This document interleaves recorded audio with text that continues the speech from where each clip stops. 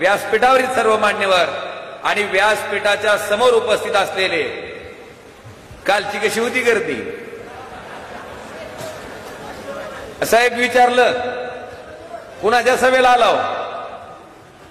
आलेल्या माणसाला बी सांगता येईना उमेदवाराचं नाव.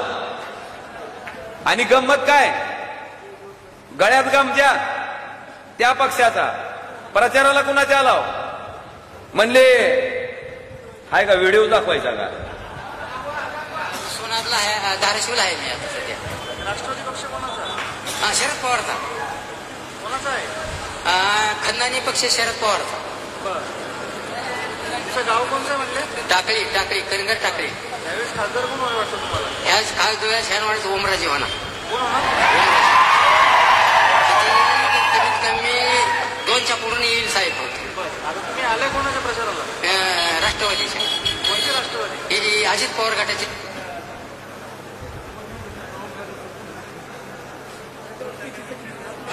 अरे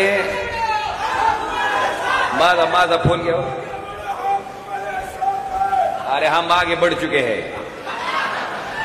तुम्हाला लय फॉर्मची काळजी लागून राहिली होती, ती बी पास झालाय, सिलेक्ट झाला, काय काळजी करू नका, मंजूर झालाय.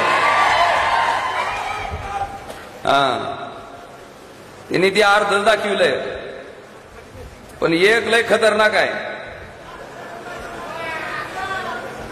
भैयासाहेब पैसे त्यांचे, गमजा त्यांचा, आणि त्याला विचारलं खासदार कोण होणार, म्हणते 2 लाख मतांनी ओमराजे होणार म्हणते. मला वाटते सभा त्यांची, चर्चा आमची.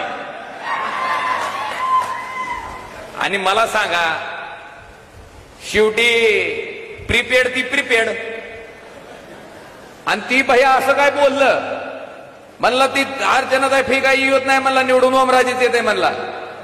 इतकं बोललं. आणि गंमत अशी की त्याच्या घरी ही घड्याळ्याचे चोरलेल्या कार्यकर्ते गेले पुन्हा. म्हणले असं कसं काय बोलला? अय म्हणलं, तुझ्या पैशाची हलगी तुझ्या सभेत वाजवून आलो. मत कुणाला द्यायचंय? लोकशाहीनं डॉक्टर बाबासाहेब आंबेडकरांनी मला अधिकार दिलाय, आणि मी ओमराजेला टाकणार. काय पाहिजे भैया अजून? काय करायचंय? काय म्हणजे एखाद्या लोकप्रतिनिधीला ह्याच्यापेक्षा काय प्रेम पाहिजे?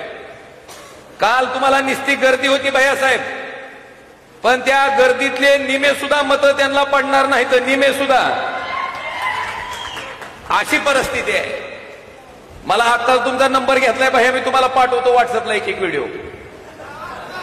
ही जत्रा तीच बघायला लागली, रातभर झालं तीच चालू आहे. आणि भैयासाहेब, मला एका गोष्टीचा खरंच मनस्वी आनंद आहे. मी मगाशी उगाच म्हणलो नाही की विलासराव साहेब साक्षात आमच्या बरोबर आहे, असं आम्हाला त्या ठिकाणी प्रामुख्यानं वाटतंय. आज अमित भैयांची माझ्यासाठीची 5वी सभा ह्या मतदारसंघात व्हायला लागली. 5वी.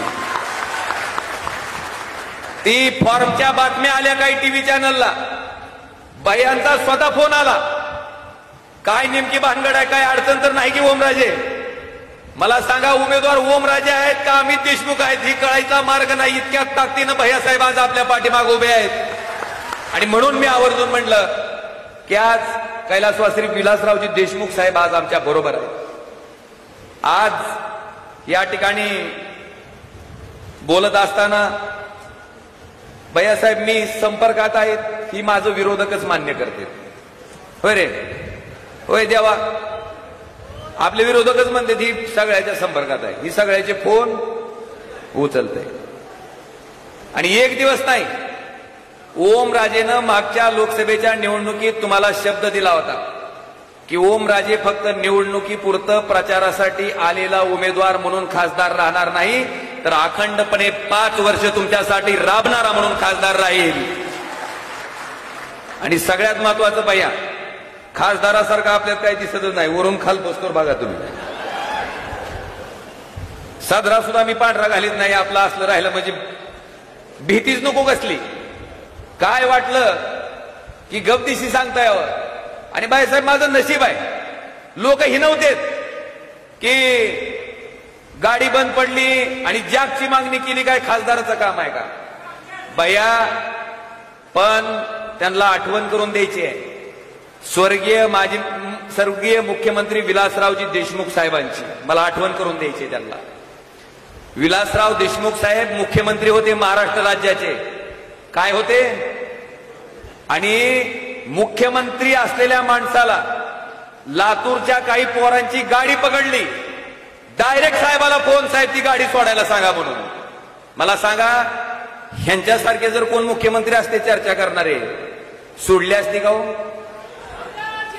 कार्यकर्त्याचा सन्मान कसा करावा, जनतेची सेवा कशी करावी, ह्याचं बाळकडूच आम्ही मुळात जर कुठून शिकलो असेल तर विलासरावजी देशमुख साहेबांकडनं आम्ही शिकलेलो आहे भैयासाहेब.